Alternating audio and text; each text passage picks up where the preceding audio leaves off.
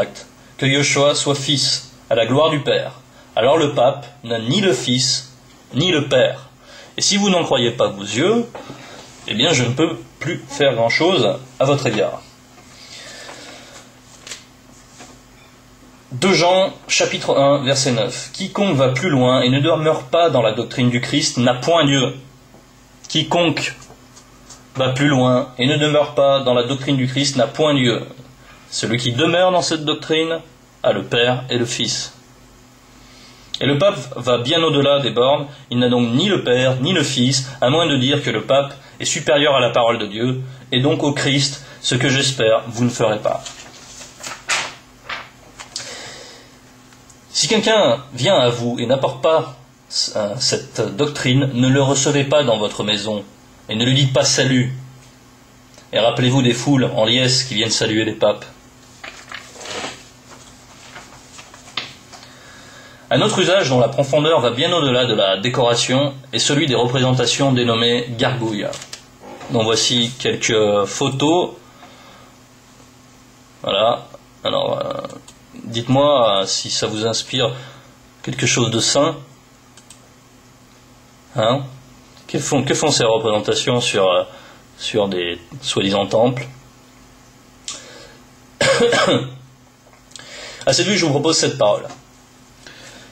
Chapitre 2 de Corinthiens, 2 Corinthiens, chapitre 6, verset 15. Quel accord y a-t-il entre Christ et Bélial? Et quelle part a le fidèle avec l'infidèle?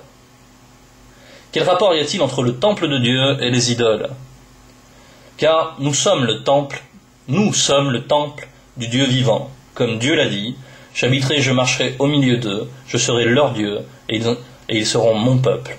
C'est pourquoi, sortez du milieu d'eux et séparez-vous, dit le Seigneur, ne touchez pas à ce qui est impur, et je vous accueillerai. Je serai pour vous un père, et vous serez pour moi des fils et des filles, dit le Seigneur Tout-Puissant. Quel accord y a-t-il entre Christ et Bélial? Expliquez-moi quel rapport entre un lieu de culte au Christ, soi-disant, quel rapport y a-t-il avec ça? Qui sont des représentations de démons. Bélial est un démon. Mais allons un petit peu plus loin. Ça, c'est une photo de gargouille, donc de démon. C'est la cathédrale Notre-Dame de Paris, bon, qui est une véritable fête foraine à l'intérieur. Pour éclairer les parties, il faut mettre une pièce dans chaque marchand du temple.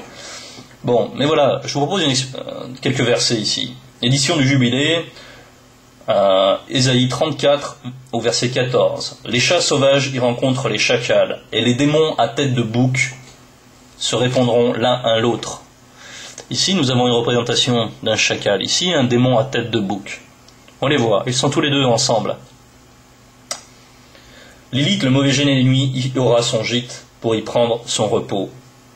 Les bêtes du désert s'y rencontreront avec les chacals, c'est une autre version, et le bouc sauvage y criera à son compagnon. Donc, ils se rencontrent dans des déserts. Ces cathédrales sont en fait des lieux de désert spirituel, privés de l'eau de la parole, dans lesquels les esprits méchants se rassemblent selon la parole du Seigneur, et comme ces représentations l'indiquent. Mais là, ça va être une nourriture un petit peu plus solide. Lorsque l'esprit impur est sorti d'un homme, il va dans les lieux arides, cherchant du repos, et il n'en trouve point. Alors il dit, « Je retournerai dans ma maison d'où je suis sorti. » Et quand il arrive, il la trouve vide, balayée et ornée. Il s'en va, et il prend avec lui 7 autres esprits plus méchants que lui. Ils entrent dans la maison, s'y établissent, et la dernière condition de cet homme est pire que la première. Donc, où est-ce qu'il trouve du repos? C'est dans des lieux déserts. Et faites le lien avec ça. Ainsi parle l'Éternel. Maudit soit l'homme qui se confie dans l'homme, qui prend la chair pour son appui. Se confier dans des hommes, c'est se confier ça à ces personnes qui font le contraire, qui font tout le contraire de ce qu'ils préconisent. Donc, à quoi ressemblent ces hommes? Il est comme un misérable dans les déserts. dans le désert. Ces édifices sont des déserts de ceux qui sont misérables sans le savoir, car se croyant à tort riches par leur fidélité à ceux qui bâtissent et en leurs œuvres. Présentement des cathédrales et des gargouilles et des idoles. Donc ce sont des lieux de refuge pour des esprits occultes. Ces endroits, ne vous déplaisent.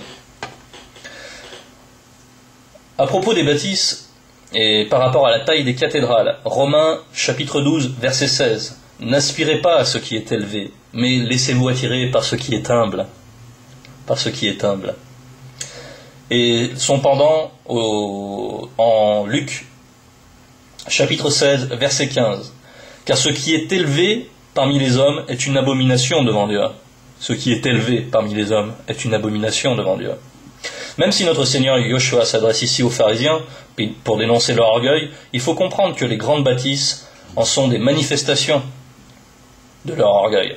Mais l'expression « ce qui » inclut dans « car ce qui est élevé parmi les hommes est une abomination devant Dieu », l'expression « ce qui » inclut ce que les hommes bâtissent. Ce qui. Alors selon vous, les cathédrales feraient-elles exception à la parole du Seigneur ? Jean, la demeure de Dieu n'est pas faite de pierre, mais elle est en quiconque vit par la parole de Dieu. Alors les cathédrales se hissent pour faire de l'ombre à la vérité, mais vient le temps de la chute des tours. Matthieu, maintenant on va passer à autre chose, on va passer aux œuvres de l'Église, celle qui s'appelle Église catholique, qui est une institution des hommes. C'est un repère fondamental, un enseignement fondamental que nous donne le Seigneur. Matthieu chapitre 7 verset 15. Sans ça, on ne peut rien faire. Gardez-vous des faux prophètes, ils viennent à vous en vêtements de brebis, mais au-dedans, ce sont des loups ravisseurs. Vous les reconnaîtrez à leurs fruits. D'accord ? On reconnaît l'arbre à ses fruits. Vous les reconnaîtrez à leurs fruits. Cueille-t-on des raisins sur des épines ou des figues sur des chardons ? Est-ce qu'on peut... Tout bon arbre porte de bons fruits, mais le mauvais arbre porte du mauvais fruit. Un bon arbre, écoutez bien, un bon arbre ne peut porter de mauvais fruits. D'accord ? Ni un mauvais arbre porter de bons fruits. Tout arbre qui ne porte pas de bons fruits est coupé et jeté au feu. C'est donc à leurs fruits que vous les reconnaîtrez, les faux prophètes, les faux docteurs, les usurpateurs de tout genre. D'accord. Donc examinons les fruits de cet arbre qui est l'institution catholique et voyons si l'arbre est bon. Alors, par une série de bulles, le pape Eugène IV et ses successeurs, Nicolas V, Calixte III et Sixte IV, approuveront des expéditions portugaises, y voyant l'occasion de convertir au christianisme toutes ces populations de païens et sarrasins incroyants. En échange de la soumission des populations, l'Église accordera le monopole commercial de l'Afrique au roi du Portugal, Alphonse V. Donc déjà, on voit bien que l'Église se mêle du commerce des plus grands dignitaires. Il partage le butin. Ces bulles prendront soin de préciser que ces soumissions salutaires pouvaient passer par l'asservissement, la soumission des peuples sur place, voire une réduction en esclavage des, je cite, nègres de Guinée, et qu'elle devait être confiée à l'ordre du Christ, la confrérie d'Henri le Navigateur. En plus de ces bulles, l'Église chrétienne, par son pape Alexandre VI, organise le partage du monde entre le Portugal et l'Espagne avec le traité de Tordesillas en 1494. Donc, voilà ce qu'a permis l'Église catholique, dite Église, mais qui n'est qu'une institution d'hommes. Voilà quelques-uns de ces fruits. Et si ça ne vous aime pas, ce genre de cliché, c'est que vous n'avez aucun sens de la fraternité. Je vous le dis.